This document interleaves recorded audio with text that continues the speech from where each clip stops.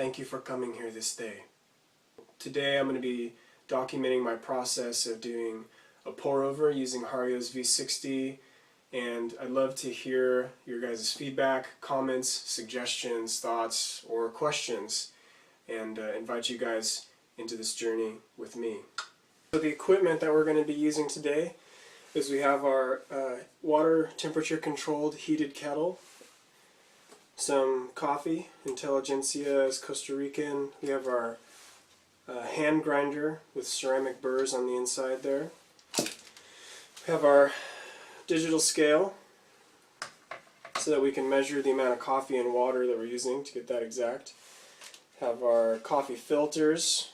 These are Hario natural non-bleached filters made for their 2-cup filter, which is this guy right here, the V60 glass with the plastic bottom. And last but not least, the Hario range server to brew the coffee into. We're going to go for 40 grams of coffee and 700 grams of water. And so once we have all of our coffee weighed out, put the lid on, turn the scale off, and get to grinding. We finished the grind. Next step is we're going to get our brew gear set up. Then you have your filter. This is the unbleached natural filter. You fold the filter like so. Place it in the V60. We're going to get our heated kettle here.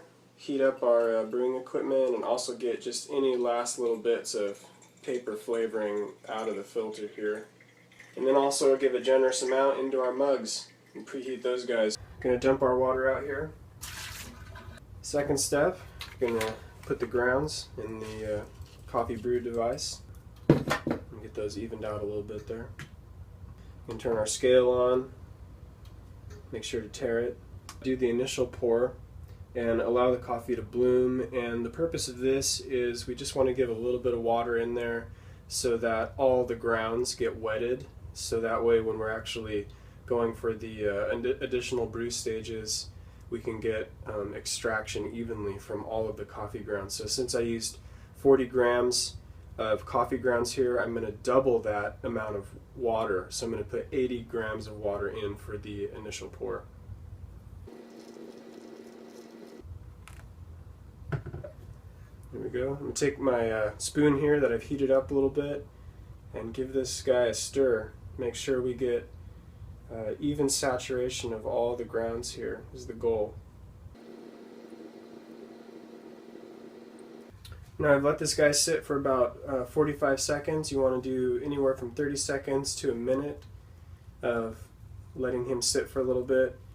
The purpose of that is it allows enough time for the coffee grounds to get evenly wetted so we get good extraction. You want to do increments of about 70 grams to 100 grams each time, stepping it up all the way to your final water weight, which for us is going to be 700 grams. For the first two pours, I actually did a circular pattern, but then the additional pours I'm just going to go straight down the center. And the reason for that is because now the grounds have already been mixed well enough to where if I just pour straight down the center, it'll enable it to get even extraction for each additional pour.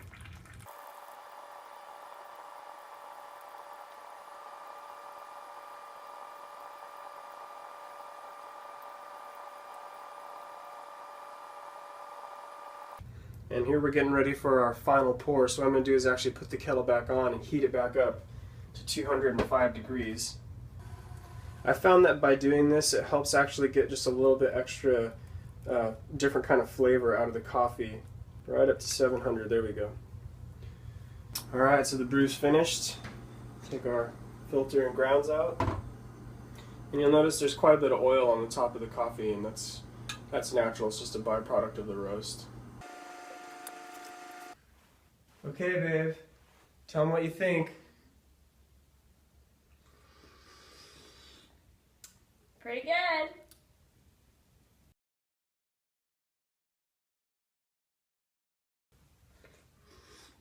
Yeah, that's alright. all right. Yeah. I mean, yeah. Pretty good. Cut.